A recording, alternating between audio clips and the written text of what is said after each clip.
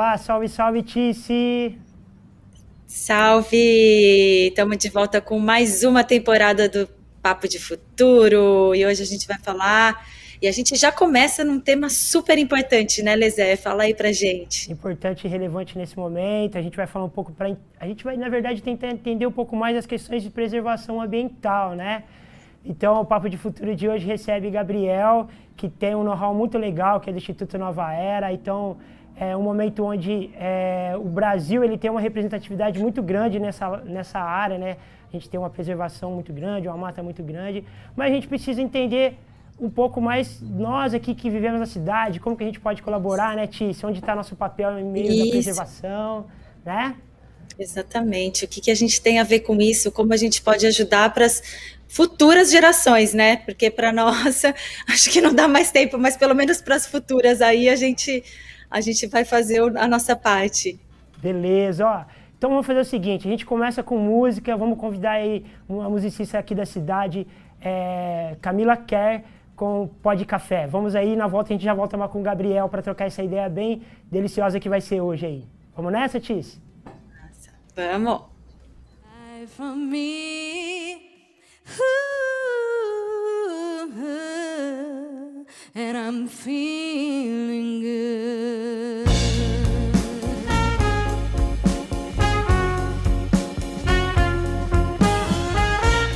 Fish in the sea, you know how I feel. River running free, you know how I feel. Blossom on the tree, you know how I feel. It's a new dawn, it's a new day, it's a new life for me, and I'm feeling good.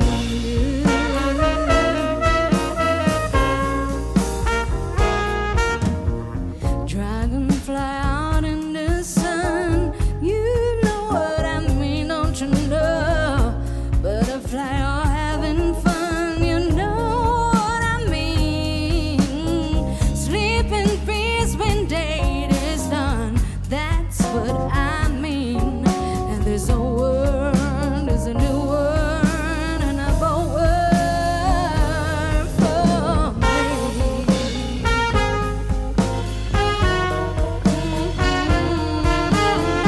Stars when they shine, you know how I feel. Scent of the pine, you know how I feel. Oh, freedom is mine, and I know how I feel. It's a new dawn, it's a new day, it's a new life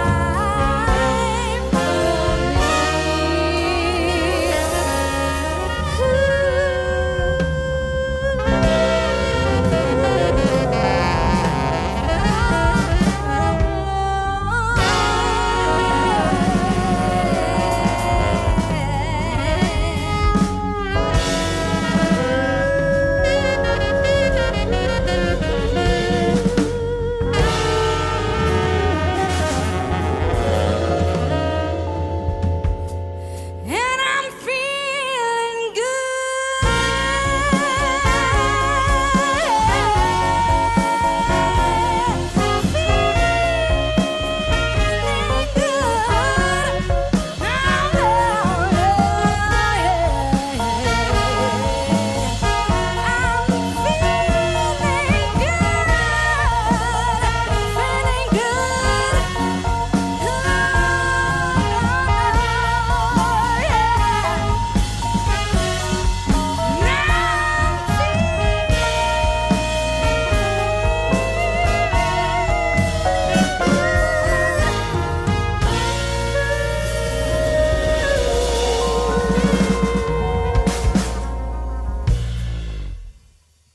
Aí, beleza, vamos voltar.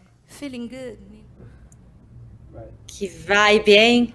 A gente Assim, já volta, nossa, com esse vozeirão lindo da Camila, interpretando a música da Nina Simone. É para começar bem mesmo essa temporada, né? Já vai começar verdade. com o pé direito. Verdade. Somos privilegiados aí por ter essa grande cantora aí no início do nosso programa. Grande beijo aí, todo mundo. É a Camila Kerr, né? grande artista, Grupo Pó de Café, e bom tê-los aqui no Papo de Café, Futuro. que tem o Bruninho, que é meu amigo de infância. Grande demais, Bruno. Que legal. Eu adoro essa banda dele. Não, é bom que esse movimento cultural da cidade é muito forte e ele dialoga com o mundo, né? Os dois já viajaram o mundo tocando aí, fazendo música, eles dialogam muito bem. Eles fazem jazz, fazem samba soul, são vários gêneros musicais, tem muito talento para dialogar com o mundo todo. Então o Papo de Futuro hoje, às vezes, o privilégio de ser online também, que a galera pode acompanhar em vários lugares. Eu sei que todo lugar tem gente que conhece esses dois, no mínimo, né? Com certeza, com certeza. Então vamos para o nosso papo, né? Vamos chamar o Gabriel para ele se apresentar e aí a gente começa o nosso papo com ele. Vamos lá, então. Fala, Gabriel, tudo bem? Oi, Elisé, tudo bem? Tudo bem, Tiziane? Bom dia. Bom dia, bom te receber aqui. Primeiramente, se apresenta pra gente, fala aí o que você faz, fala um pouquinho de você, das suas ideias aí da questão ambiental. Bom, obrigado aí por ter esse espaço, né? Atualmente, eu estou na gestão do Instituto Nova Era. É uma instituição que desenvolve atividades, projetos de caráter socioambiental. Então, a gente trabalha com a questão social na cidade, com a questão social no campo, com a questão social nas florestas, né? Tudo isso ligado com a preservação do meio ambiente, com a restauração do meio ambiente, mas também com a qualidade da vida dessas pessoas, dessas comunidades, né? Hoje o Nova Era está muito ligado a essas iniciativas e a nossa sede é em Ribeirão Preto, porém nós temos projetos em todo o Brasil. O Brasil ele tem uma amplitude, né? Ele é um país continental. Então, da mesma forma, as atividades do Nova Era também acabam sendo amplas, elas acabam sendo complexas, porque entender os problemas do Brasil não é apenas por um viés, né? São vários vieses, então é da mesma forma que Nova Era atua. Eu venho trabalhando já há algum tempo numa caminhada com agroecologia, educação ambiental, preservação de florestas, desenvolvimento humano, facilitação de processos participativos. E hoje o Nova Era concentra todas essas iniciativas e um pouco mais, né? Então é um momento importante para o Nova Era, mas também um momento importante, eu sinto, para Ribeirão Preto também poder contar com essa parceria e ter essa reciprocidade. Legal, muito importante, né, Tícia? Manda aí, Tícia, essa pergunta. Nossa, com certeza. Sabe o que eu queria falar? Eu acho que pensando no Brasil, né, a gente é muito privilegiado de ainda ter essa floresta nativa, né? Então, fala um pouquinho pra gente da importância do que vocês fazem, né, para a preservação. Legal, Tícia. Hoje, falar de floresta é como se a gente estivesse falando de uma divindade, né? Isso para todos, até aqueles que muitas vezes não estão próximos das florestas, até para aqueles que não convivem. Veio agora, divindade. Falando em divindade, ela baixou agora. Um termo muito bom para remeter isso. Para quem está fora da floresta, mesmo fora do país, que é o Brasil, né? Muitas vezes os europeus, os norte-americanos, o pessoal da Oceania, enfim, independente da sua localização, falar de floresta hoje remete a isso, né? Remete a algo muito especial. E eu acho que a grande dificuldade que nós temos hoje não está em reconhecer isso, mas em sim como a gente convive com isso para ter a permanência da floresta.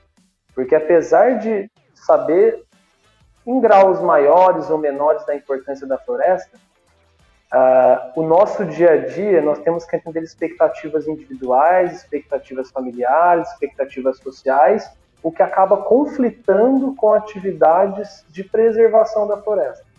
Então, assim, esse é um grande caminho para a gente entender a preservação, de como a gente realmente garante a preservação, a manutenção das nossas florestas.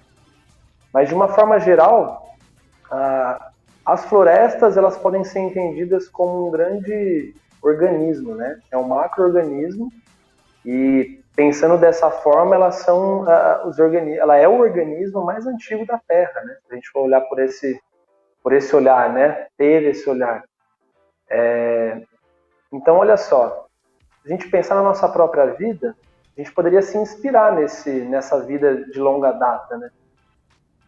Para a espécie humana perpetuar no próprio planeta Terra, né? E hoje nós não entendemos a dinâmica da vida da floresta, da natureza, o que faz também com que o ser humano está chegando num certo ponto de extremidade, né? Nós estamos entrando num certo colapso de convivência com a Terra. Então, o que nós estamos trabalhando bastante? É entender as dinâmicas das florestas, entender como ela funciona e como ela consegue perpetuar ao longo do tempo, milhões de anos, conseguir ultrapassar eras glaciais, e ainda existem florestas, para que a nossa espécie, pertencendo à ecologia da Terra, também consiga perpetuar de forma harmoniosa, né? Esse é um estudo fino, né? É um estudo assim, complexo, demanda muito tempo, mas também demanda muita conexão. Essa dinâmica da vida da floresta ela pode ser muito importante para a nossa dinâmica, a dinâmica da nossa vida também.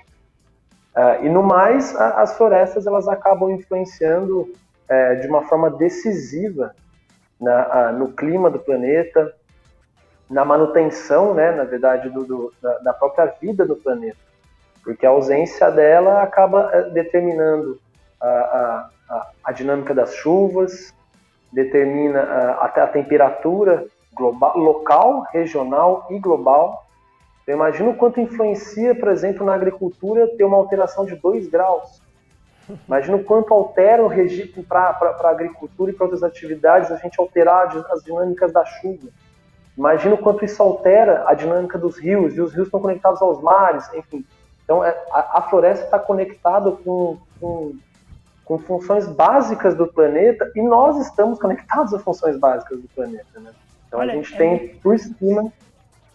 É muito interessante isso, porque a gente está aqui na cidade, tipo, tô em Ribeirão Preto, aqui em Salvador. A gente vive aqui no meio da cidade, urbanizado, tudo e tal, né? Mas algumas paradas que são consequência dessa degradação do meio ambiente têm nos afetado. E às vezes as pessoas se acham distantes dessa discussão, né? De como ela pode contribuir para que isso diminua, né? Às vezes ela joga sempre a responsa para o outro, para o cara que devasta. E, tipo, às vezes o debate fica distante das pessoas comuns, né? Você pode trazer um pouco, assim, dessa reflexão como... quais os comportamentos que as pessoas podem, de repente, começar a modificar, começar a olhar, começar a prestar atenção. Isso já é uma contribuição para que a degradação diminua? Olha, Eliezer, primeiro que o debate, ele já é importante, né? Assim, eu considero o debate como possivelmente uma porta de entrada, né? Então, independente do nível prático que você tem, o debate ele já é um momento importante. Agora, vamos pensar em como realmente ser efetivo, né? Eu acho que algo que a gente pode começar por aquilo que você faz cotidianamente. Você, a Tice, fazem coisas cotidianamente. Então a gente não tem que inventar muita coisa. Vamos pensar desde quando você acorda até você dorme, né? Até quando você dorme. Então a gente tem muitas questões relacionadas à água, muitas questões relacionadas a desperdícios, reaproveitamentos, todos os resíduos, né, que nós geramos. Para onde vai isso? Como a gente faz para minimizar isso? Existem soluções? Te garanto que existem. As mais simples que nós temos hoje, que inclusive hoje faz parte da educação das escolas, que hoje já tem junto da educação ambiental, é a separação do lixo reciclável, né? A separação dos resíduos orgânicos para possíveis compostagens, tudo isso a gente acaba diminuindo o impacto sobre, por exemplo, próprios aterros sanitários, lixões clandestinos, enfim. Depois a gente começa a pensar no alimento que nós consumimos. A gente faz pelo menos pelo menos a maioria de nós, ou uma parte de nós, nem todos fazem tantas refeições, vamos pensar assim também, né? Mas pelo menos de 3, 4 a 5 refeições por dia. De onde vem esse alimento? quais são os processos utilizados para esse alimento existir? Esses processos, eles colaboram para a perpetuação da vida na Terra? Olha só que pergunta interessante, né? A gente começar a entender o nosso cotidiano já é um grande impacto. Se eu e você e a Tícia já fizer isso, imagina a gente com vários amigos fazendo isso, os amigos familiares fazendo isso, isso acaba sendo uma bola de neve muito interessante, né? E isso a gente está falando de cotidiano. De repente, se a gente começar a falar de inovação, o que mais que a gente pode fazer, assim, o papo vai longe, as ideias elas começam a piramidar e a gente começa a ter muito impacto, né? Mas aí agora a gente tem uma parte talvez que seja uma das mais hoje recorrentes e mais discutida, que é o consumo. Como quando a gente consome, a gente está falando de escolha. Você escolhe o que você consome? Você é criterioso com o que você consome? Você investiga as empresas que você consome, os produtos? E aí eu estou falando desde do algodão da camiseta. Claro que isso demanda tempo, essas investigações, essas pesquisas. Mas chega um momento em que as suas escolhas, os seus critérios, eles acabam fazendo parte de você. Ele não é mais um esforço seu, né? Então, você acaba internalizando isso. Então, o consumo responsável, ele é algo que ele é uma prática cotidiana, só que ela tem que ser desenvolvida e entendida no seu dia a dia, né? Demais. Tícia, olha só que louco agora, trazendo pra gente que também está no Instituto SEB, que pensa muito na questão da sustentabilidade, né? Então, aí a gente vê nosso papel como pessoas comuns, no nosso cotidiano, e depois nós vê nosso papel e a importância de quando a gente tem um poder institucional também, né?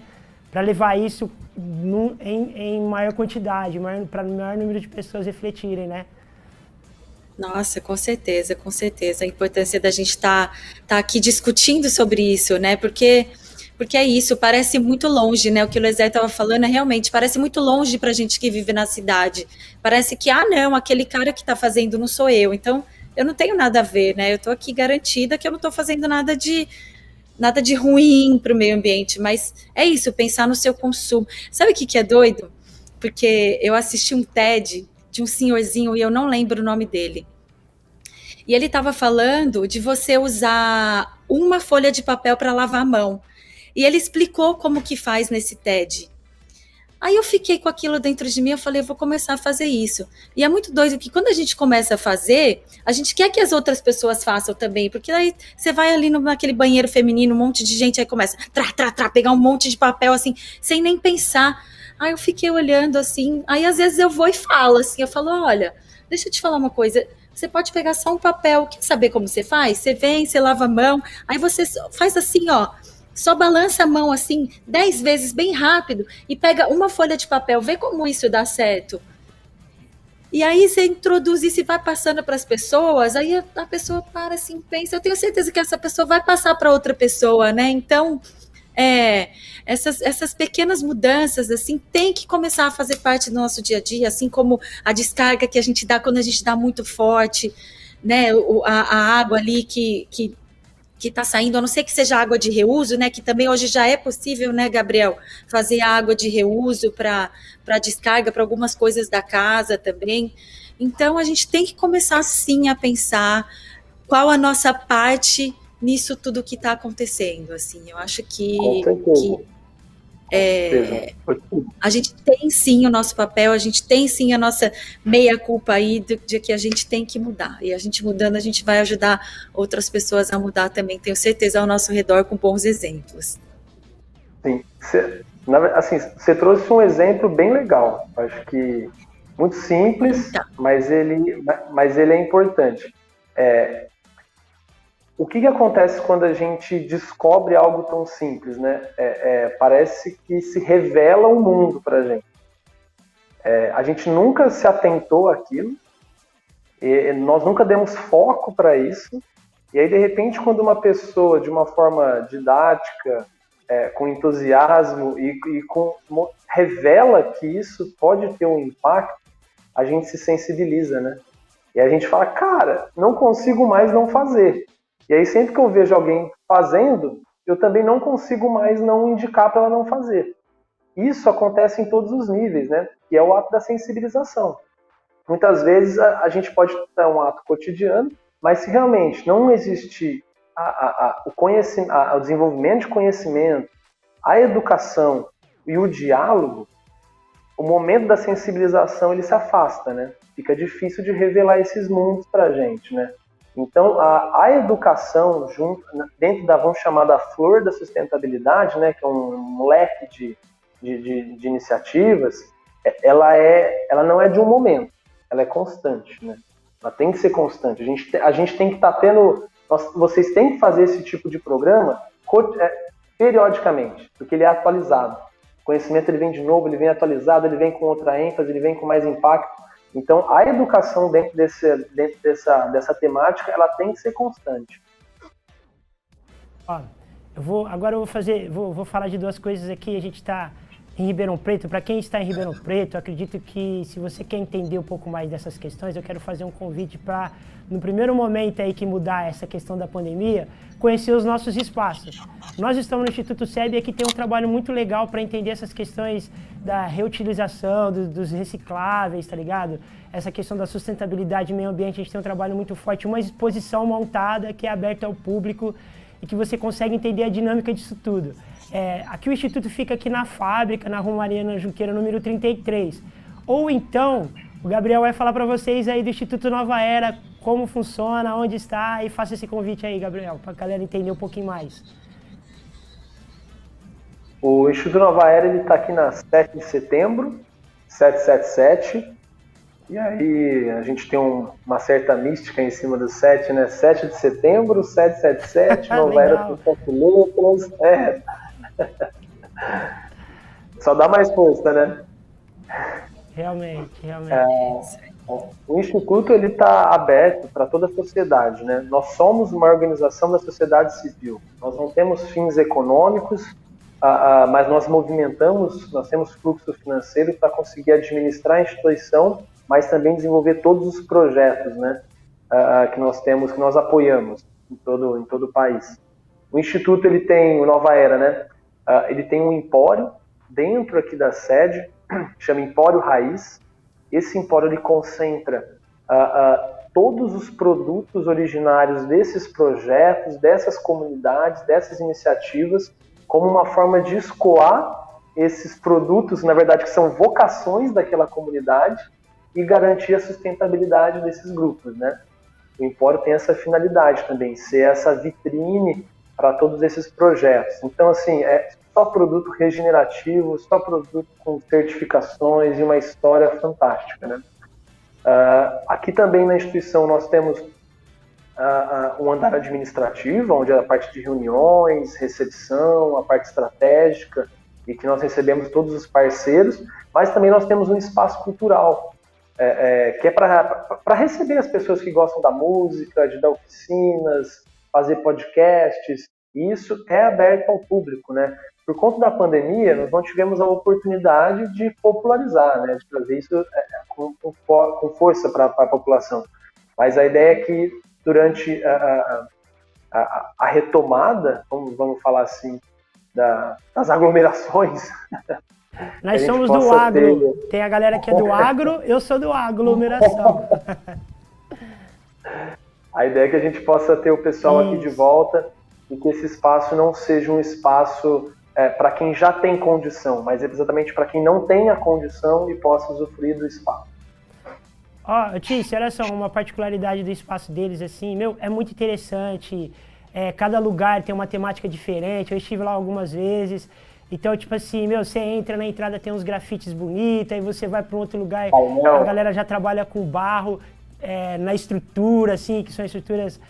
É muito interessante, eu quero deixar todo mundo aí com vontade de conhecer o espaço de vocês. Então, 7 de setembro, 777. Ô, mano, 7 de setembro, 777. E aqui também o Instituto SEB, a gente tá na mesma pegada, na retomada. Eu acho que a gente tem que voltar a frequentar esses espaços que trazem o conhecimento e que chamam atenção para essas questões, para a gente viver uma vida melhor, né? Falando de sustentabilidade é isso, é para que todos, né, viva melhor, influenciar na qualidade de vida de todas as pessoas, do maior número de pessoas, né, não, Tice?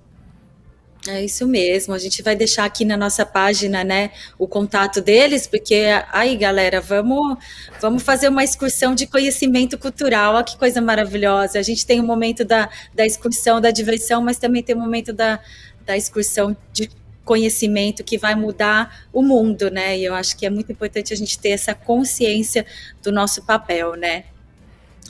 E eu acho que agora a gente podia falar de uma parte chata, que são os vilões do ambiente, os vilões do ambiente, mas acho que talvez a gente pode deixar isso para o segundo bloco, não, Lezé? Beleza, porque a gente precisa de tempo, hein?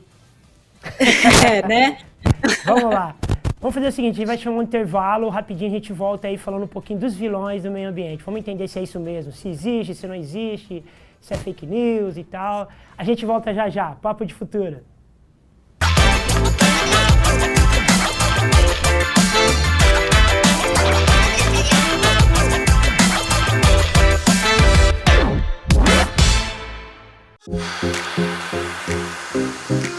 O Brasil se encontra no som. E na Nova Brasil FM, razão e emoção se encontram para uma conexão perfeita. Notícias para informar e música, muita música para relaxar e curtir. Enquanto o jornalismo te mantém conectado com o que acontece de mais importante na sua região, no Brasil e no mundo, os maiores sucessos da MPB trazem lembranças e motivação.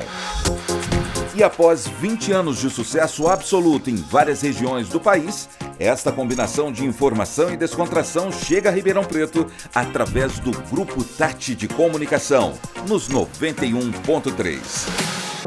E através do Grupo Tati, a Nova Brasil vai se fortalecer ainda mais. Será a expansão do alcance da MPB. Nova Brasil, mais moderna, mais brasileira. Quer informação atualizada, conteúdo de credibilidade e sem pagar nada? Então acesse tati.com.br e fique por dentro de tudo o que acontece em Ribeirão e região. Notícias, política, esporte, economia, a opinião dos colunistas e muita prestação de serviço. É a notícia em primeira mão, para você conferir quando quiser, a qualquer hora no seu dia a dia e onde estiver. Tudo ao alcance de um clique. tati.com.br. Quem doa sangue regularmente pode estar ajudando uma pessoa que nunca viu na vida.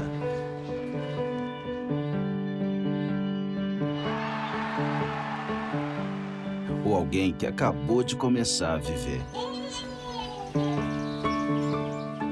Pode estar ajudando quem já passou por muita história. Ou alguém que ainda tem muitas histórias para contar. Pode estar ajudando quem está torcendo para realizar um sonho.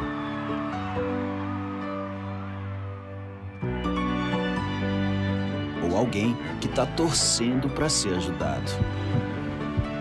Quem doa sangue regularmente pode até não saber quem está ajudando, mas sabe que está ajudando muita gente. Ministério da Saúde, Governo Federal. De segunda a sexta. Com muito alto astral, nós compartilhamos ideias, pensamentos, motivações para seguir o nosso dia a dia, com os nossos convidados que vêm aqui de peito aberto para trocar informações e fazer com que a gente pense sobre as questões que envolvem o nosso dia a dia. A gente te espera de braços abertos para essa troca única que só acontece aqui em nossos estúdios. Programa Alto Astral com Patrícia Penteado. De segunda a sexta, às 9 da manhã, na Tati Multiplataforma.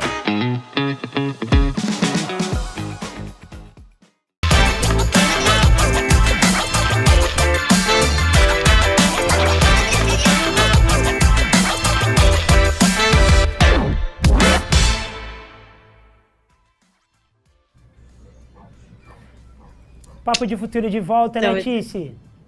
Isso, estamos de volta conversando aqui com o Gabriel, do Instituto Nova Era, trazendo muito conhecimento para a gente sobre a importância da preservação, sobre a importância do nosso papel para preservar essa natureza aí e esse mundo, né? E agora a gente ficou de falar dos vilões dessa área, né, Lezé? Fala aí. Muito importante. Sobre os vilões aí que lutam contra a preservação, que causa desmatamento. É muito importante a gente ter uma conversa que tenha um cuidado principal com a natureza em si, com a preservação em si, tá ligado? A gente está num momento muito polarizado, que às vezes todo mundo que defende alguma questão, parece que ela é de um lado ou de outro, da política.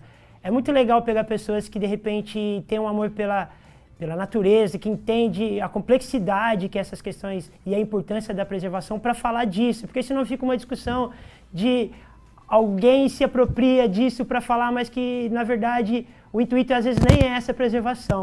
Então, Gabriel, traz um pouquinho para a gente essas questões aí. Existe um grande vilão aí que luta contra essa preservação, que desmata? O que você vê assim no cenário nacional? Sim. Bom, Eliezer, essa pergunta ela não é tão simples, né? Ela tem alguns caminhos para a gente percorrer. Mas se nós pegarmos estatisticamente quais são as atividades que mais geram desmatamento, degradação ambiental, nós vamos encontrar algumas atividades principais. Isso é claro, tá?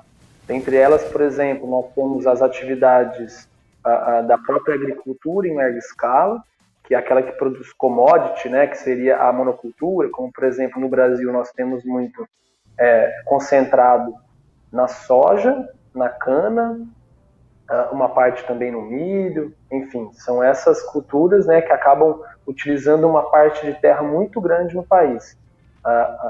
O próprio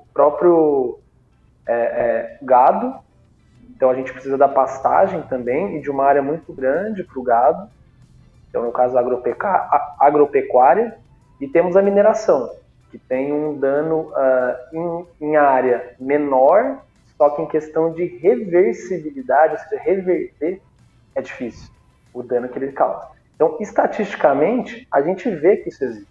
São essas as atividades que acabam fazendo com que as florestas elas diminuam dia a dia, e os danos eles acabam sendo de grande impacto e muitas vezes praticamente irreversível. Tá? Agora entram as questões que tornam a discussão não simples ou complexa, que é o quê? A nossa sociedade hoje vive à base dos produtos que essas atividades geram. Então a nossa sociedade de fato consome etanol, a nossa atividade de fato consome o álcool, a nossa sociedade de fato consome açúcar, consome a carne bovina, consome os derivados de soja, o óleo, por exemplo. O nosso celular realmente ele tem produtos oriundos, minérios e metais. Então a gente entra numa discussão importante, tá? Importante. Como que nós conseguimos conciliar todo esse assunto, né? Primeiro, nós temos que ter leis rígidas. Essas leis, o Brasil, por muito tempo, ele foi considerado um dos países do mundo com as leis mais apropriadas para a nossa causa, né? Qual era a dificuldade das nossas leis? Era a fiscalização. O Brasil é um país continental, né? Nós estamos de norte a sul, leste a oeste, com dimensões muito grandes. É muito, muito difícil fiscalizar tudo isso. Mas as leis exigiam. Recentemente, as leis foram afrouxadas e a fiscalização foi desmobilizada. Então, claro que isso estimula, inclusive, atividades ilegais. Se as legais já degradavam, imagina aquelas que também são ilegais, né? Então, esse é um ponto muito importante. Outras questões existem nas técnicas que são utilizadas. Cada vez mais existem técnicas e tecnologias de baixo impacto, existem métodos de baixo impacto, e esses métodos eles têm que ser incorporados por essas grandes empresas, médias empresas ou pequenas empresas, porque só assim a gente pode ter, de fato, o uso sustentável desses recursos, né? Quando nós temos um país, uma nação ou um poder público que não pactua com o futuro eminente, ou seja, quando a gente não pactua com acordos internacionais, isso mostra quais são as diretrizes do nosso país. Ou seja, nós permitimos que as atividades atuais, essas atividades que degradam o meio ambiente, podem continuar da forma como são. Então, qual seria o futuro disso, né? Seríamos nós entendermos qual é a demanda, qual a necessidade que a gente tem desses produtos real. Por exemplo, eu uso muito desses produtos, porém, visualizar qual seria o caminho para alcançar o baixo impacto. Como que a gente tem esse caminho? O início disso é firmar compromissos. Nós temos que firmar compromissos, nós temos que colocar metas e usar da ciência para se ter novas técnicas, tecnologias, métodos, metodologias de baixo impacto. Senão, o grande impacto não será combatido. Ele simplesmente vai ser reforçado. Então, a partir do momento que eu olho com uma visão um pouco mais ampla, eu não enxergo um vilão ou dois vilões. Eu enxergo uma política que é feita desta forma e que reforça uma forma de grande impacto atual, né? Agora, se eu tenho uma visão de país, de mundo, eu tenho uma política e eu tenho as empresas aderindo a essas políticas, a gente começa a caminhar, por mais que o caminho não seja reto, ele sempre tem oscilações, mas eu começo a caminhar com metas e objetivos, né? Isso o Brasil tem se afastado. O Brasil ele tem se afastado, então a gente tem regredido nesse caminho da sustentabilidade, tá? É um momento, Otice, no momento onde todo mundo está se atentando a isso, né, o Brasil ele tem, na verdade, ignorado essas questões, né? Eu acho que algo que tem acontecido e que pode nos ajudar nessa mudança é uma mudança de fora para dentro, né? Muita gente deixa de conversar com o país a partir do momento em que ele tem essa atitude com o meio ambiente. Principalmente todo mundo está de olho na Amazônia. Às vezes existem pessoas que dizem que estão de olho na Amazônia porque querem explorar. Na verdade é porque o mundo todo também depende da Amazônia, que ela tem que ser preservada, né, não, Tis? Pois é, como o Gabriel disse, né, a preservação, ela influencia em várias coisas e principalmente nas temperaturas, né, do mundo, que a gente ouve muito falar, né, dessas mudanças climáticas e tal, e tem sim a ver com a preservação da natureza. Então a gente tem que prestar atenção e, de novo, eu fico muito feliz da gente ter a oportunidade de estar disseminando esses conhecimentos para vocês que estão aqui assistindo e que chegue para muita gente, né? E, Gabriel, em cima disso que você estava falando, eu acho que teve um acontecimento, né, que está passando bastante aí na televisão, e eu queria que você comentasse um pouquinho o que dos garimpeiros invadindo, né, as terras indígenas. Então, eu acho que é muito triste e desesperador para a gente entender, assim, sei lá, você teria alguma coisa que a gente aqui possa fazer? Você consegue explicar para a gente como que a gente pode ajudá-los de alguma maneira e entender um pouco como é essa situação, se é corriqueira, se não é, se vocês também trabalham com isso, né, aí no Instituto, se vocês estão em cima disso também? Olha, Tis, as terras indígenas, há 500 anos elas são invadidas, né? Eu lembro quando eu estudei, né, na história, e nós tínhamos o papo, né, da colonização portuguesa, espanhola, e hoje os livros eles têm corrigido, né? Então eles tratavam de uma forma romantizada e hoje eles já tratam de uma forma um pouco mais talvez real, né, que é realmente uma invasão que houve com as terras indígenas. Existe uma certa relação da atualidade com aquela época. Mas eu também não vou tentar ser muito pessimista nisso, tá? Qual que é a questão que nós temos hoje no Brasil? As terras indígenas, elas foram demarcadas, e isso é uma questão polêmica, porque, de uma forma geral, quem tem atividades econômicas que é utilizar essas terras indígenas porque entendem que essas terras são ociosas, ou seja, elas não estão sendo utilizadas para nada. Porém, quando você passa a estudar melhor as populações indígenas, que estão, vamos pensar assim, aqui no Brasil há pelo menos 20 mil anos, a gente começa a se revela um mundo para a gente. Que para os indígenas, eles têm uma relação com o espaço, com a floresta, com aquele grande espaço, com aquele território, na verdade, muito diferente daquilo que a gente tem.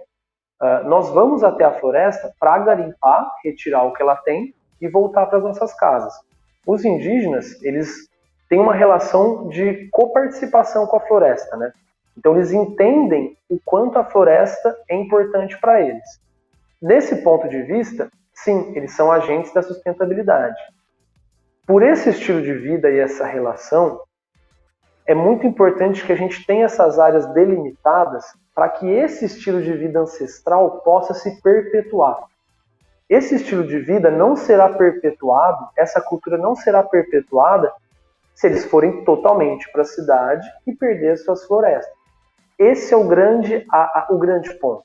Por isso que a gente luta bastante para essas terras serem demarcadas, ou pelo menos eles têm os seus espaços, né, de sobrevivência e de vida,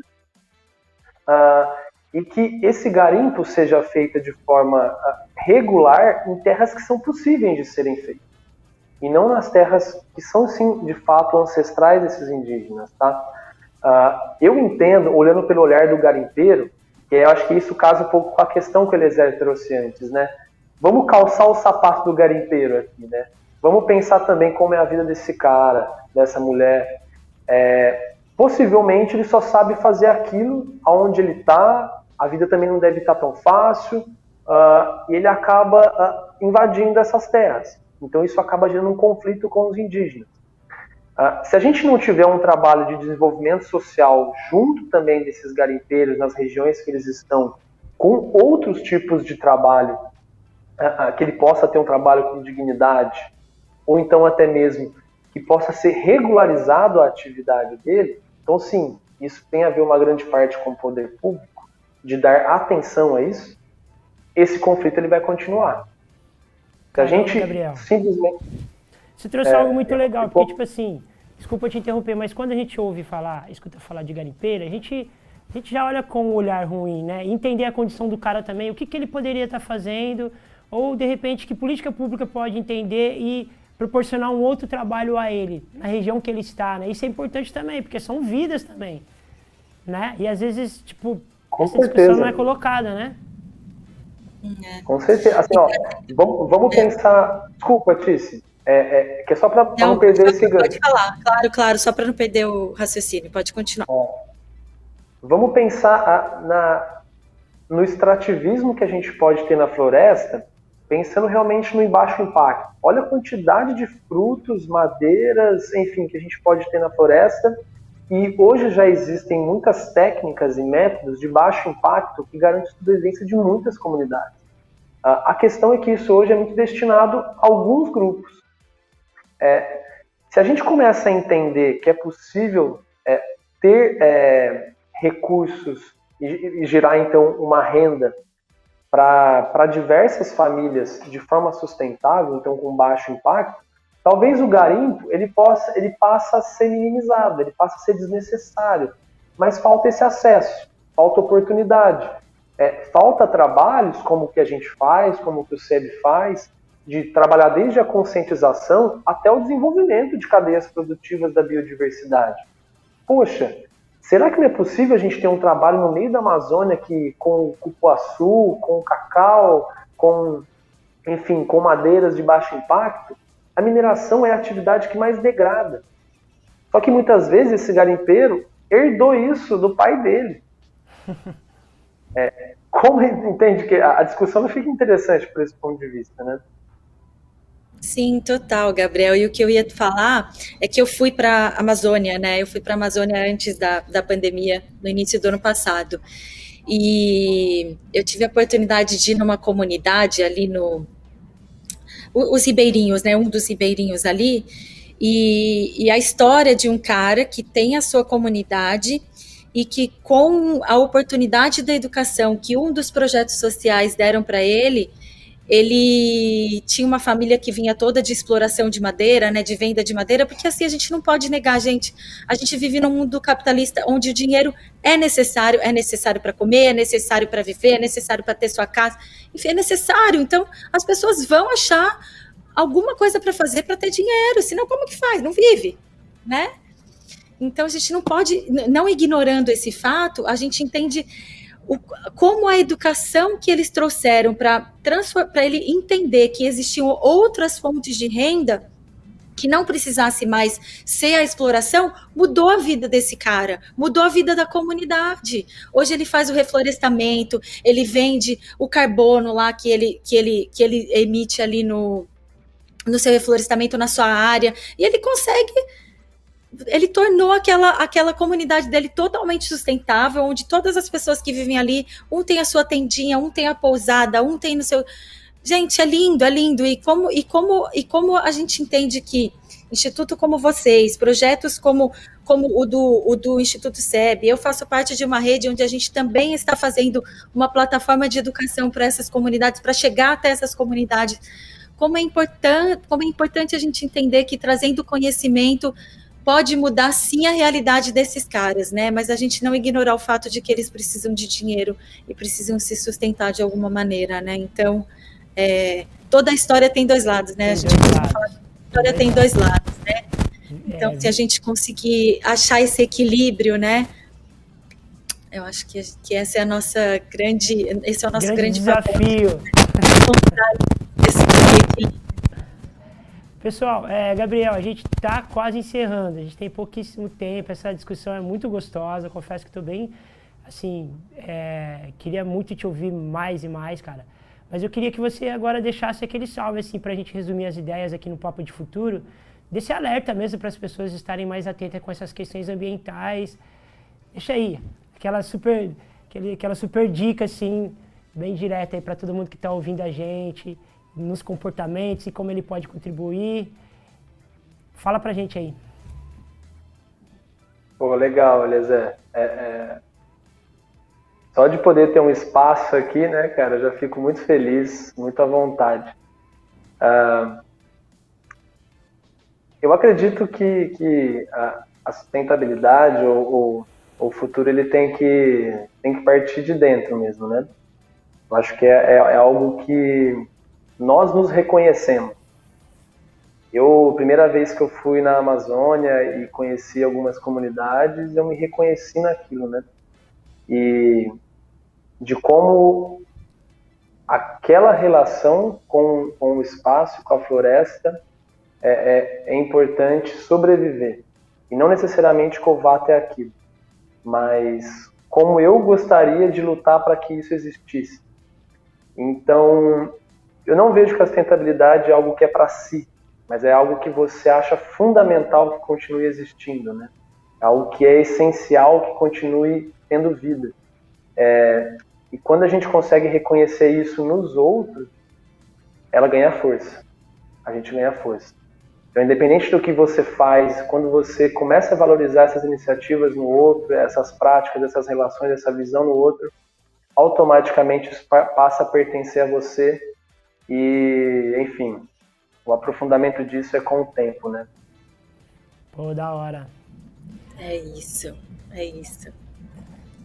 Então é isso, eu acho que a gente iniciou com música, aí a gente trouxe esse papo incrível de extrema relevância, de extrema importância. Eu espero que vocês consigam absorver aí muitas coisas e comecem a se conscientizar que a gente tem sim o nosso papel nisso tudo.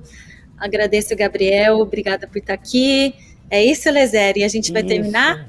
Isso, cada um aí, como eu costumo dizer, cada um abraça a parte do seu BO, né? A nossa responsabilidade, o nosso compromisso, e vamos mudando. Estou bem feliz, obrigado mesmo, Tice, obrigado, Gabriel. A gente vai terminar agora, Tice, com um vídeo muito bacana também, ele traz uma reflexão massa, que é do Vitor Yuri. Ele, na verdade, eu vi esse vídeo esses dias e achei muito interessante as pessoas terem acesso. Ele fez 30 anos, aí ele fez um vídeo falando sobre a crise existencial. Vamos assistir e se finalizar assim? Beleza, valeu, até a próxima. Obrigado, Gabriel. Obrigado, Tice. Vamos nessa. Salve, salve, galera. Vitor Yuri, para quem não me conhece, sejam bem-vindos ao meu Flycast. Para quem não tá ligado, é uma espécie de vídeo onde eu levo vocês para dar um passeio de drone comigo. Enquanto isso eu vou trocando uma ideia com vocês. Então bora lá, vem comigo. Hoje, dia 14 de outubro, eu completo 32 anos. Mas desde que eu completei a minha 30ª primavera, as pessoas já me perguntavam se eu enfrentei ou se eu estou passando por aquela tal crise da idade. E eu sempre achei que essa pergunta estava meio errada. A questão não é muito sobre o tempo que passou ou o tempo que me resta, e sim sobre a minha existência. A ideia de uma crise existencial me parece diretamente relacionada com uma espécie de jornada de um indivíduo singular, e isso me parece realmente bastante apavorante. É como se todo mundo tivesse incumbido da missão de ser rico, feliz e ainda salvar a humanidade. É muita coisa para qualquer pessoa, né? Tá louco. Assim como a abelha não faz mel sozinha, o ser humano, que é tão singular, não existe senão em coletivo. Mesmo que você resolva se tornar um ermitão solitário e viver na montanha, ainda assim você é incapaz de se desligar dos conhecimentos repassados através das pessoas que viveram antes de você. E isso definitivamente é caracterizado por uma existência em sociedade. E o ponto é exatamente esse. Nós colhemos o que os outros plantaram, e os frutos do nosso pomar, quem vai comer são os netos de algum fulano por aí. Cada ano que passa, eu encontro mais conforto na ideia de que a existência transcende muito a idade de uma vida. E sem dúvida, ela se dá no plural. Afinal de contas, eu existo. No passado, no presente e no futuro. Bom, hoje eu vou ficando por aqui, galera. Essas imagens desse voo que vocês acompanharam aí foram gravadas na comunidade Cidade Locomotiva. Se você quiser fazer alguma contribuição para a comunidade, eu estou deixando um número de telefone de uma galera responsa que fica na função de articular isso aqui na descrição do vídeo. Se você puder contribuir, massa. Eu agradeço por ter assistido e pela paciência de ter ficado até o final do vídeo. Um forte abraço e até o próximo.